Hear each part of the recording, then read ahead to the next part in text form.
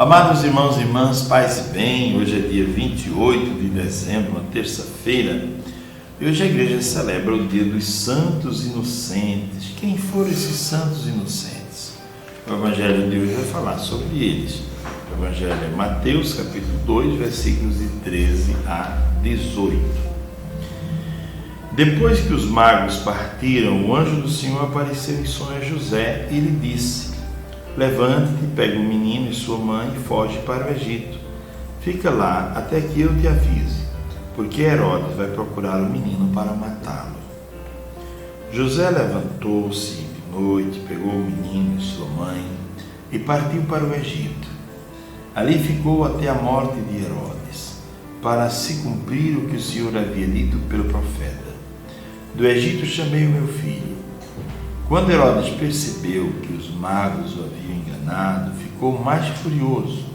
Mandou matar todos os meninos de Belém e de todo o território vizinho, de 2 anos para baixo, exatamente conforme o tempo indicado pelos magos. Então se cumpriu o que foi dito pelo profeta Jeremias. Ouviu-se um grito em Ramá, choro e grande lamentação.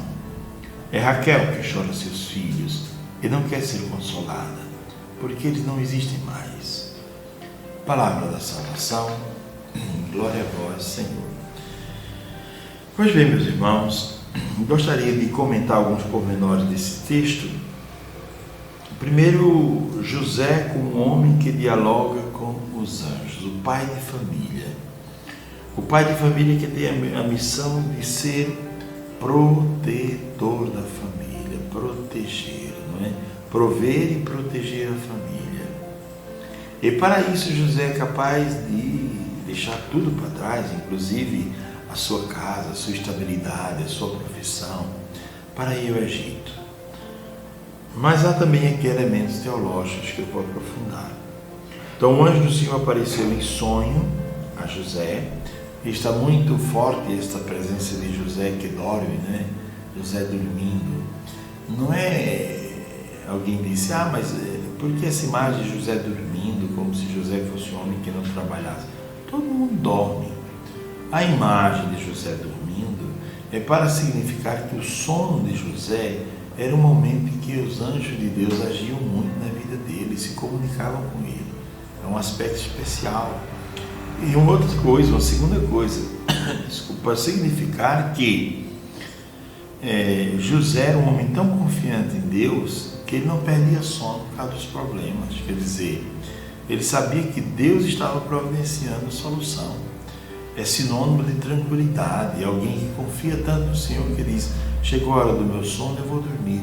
Daqui para amanhã Deus me dá uma solução. E o anjo aparecia a José em sonho, como apareceu no texto de hoje. Ele se levanta e pega o menino e foge para o Egito. Por que fugir para o Egito? O Egito era lugar de gente tão boa, de imperadores bons, de pessoas... Não se trata disso. Aqui é um elemento teológico. Jesus foi ao Egito porque ele é o novo Moisés.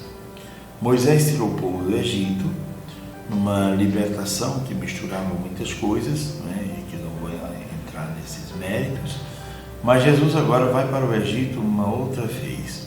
Ele é o novo Moisés, para libertar o homem dos grandes pecados, das grandes fraquezas, libertar o homem de si mesmo, libertar o homem de suas loucuras. Jesus vai ao Egito para, de uma vez por todas, trazer libertação ao homem. E veja que esta semelhança de Jesus com Moisés é dada em muitos textos. Quando, por exemplo, Jesus, nós rezamos no credo, desceu à mansão dos mortos, não é? Aí os textos antigos dos padres dos primeiros séculos diz que, assim como Moisés atravessou o mar vermelho a pé enxuto, Jesus atravessou o mar de chamas para descer até a mansão dos mortos, até o Sheol. E de lá trouxe os que eram seus também, atravessando este mar de chamas que se abriu para que o Cristo passasse, conduzindo os que eram seus.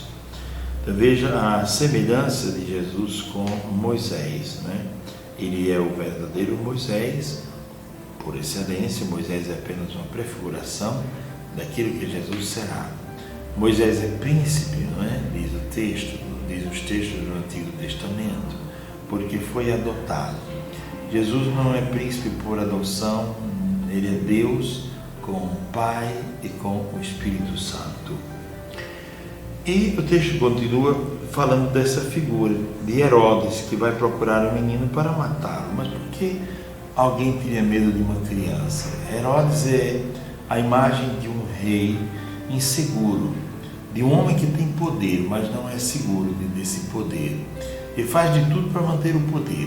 Para manter o poder é capaz de matar, de roubar, de mentir, de difamar, de dar rasteiro nos outros e tudo isso. Só que, curioso que haverá um tempo em que esse Herodes não terá mais poder. Porque tudo na vida passa, tudo que existe nessa vida em cima desta terra é passageiro. Mesmo o poder, muitas pessoas que mandavam muito, tinham muito poder, às vezes agora estão nos asilos, sem ninguém para acompanhar, estão jogados em lugares de sofrimento, ou estão largados pela própria família, ou estão vivendo uma velhice que não imaginavam sonhar de viver essa velhice, abandonados por aqueles que os bajulavam quando eram novos, porque bajulavam não porque gostassem daquelas pessoas, mas porque queriam tomar posse de um pouquinho daquele poder, um pouquinho do bem-estar que aquele poder podia dar. Então agora, sozinhos, na idade da velhice, experimentam a solidão. Muitas pessoas que não sabem conviver com o poder e usam o poder para tiranizar, normalmente passam uma velhice de solidão terrível. Como Dante Alighieri dizia que há uma imagem muito curiosa do inferno, que seria uma pessoa sentada numa pedra de gelo, que seria a imagem do homem frio, da pessoa fria, que viveu a vida sem construir relações de amizade, mas só preocupado em manter-se no poder. Veja que Herodes, a história conta que Herodes chegou a matar 2 filhos, porque tinha medo que os 2 o matassem para tomar o poder. Então Herodes era um homem medroso. Depois também, a família de Herodes não era realmente uma família de sangue judaico. Herodes tinha usurpado o poder. Ele não era judeu, ele era um idumeu, então ele tinha um sangue diferente. Não estava ali porque tivesse condições de estar. E essa é outra questão muito séria.